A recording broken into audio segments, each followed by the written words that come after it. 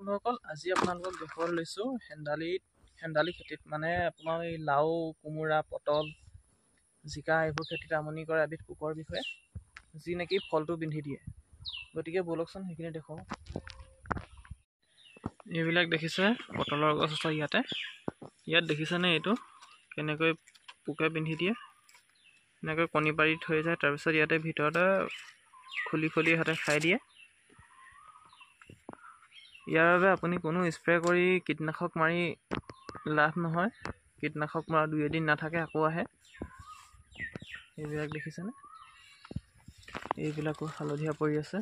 এইবিলাক তাৰ বাবে এটা বস্তু মই লগাইছোঁ ইয়াত, এইটো ফ্ৰুট ফ্লাই ট্ৰেপ বুলি কোৱা হয়। ইয়াক আপোনালোকে এমেজন, ফ্লিপকাৰ্টৰ পৰা অৰ্ডাৰ কৰি আনিব পাৰিব।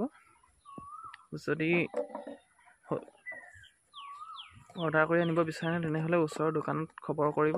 তাত আকৰ্ষণ বুলি কয়, ইয়াৰ ভিতৰত যোনটো বস্তু থাকে সেইটো আপোনালোকে লৈ লগাই চাব পাৰে, বহুত ভাল ফল পাব।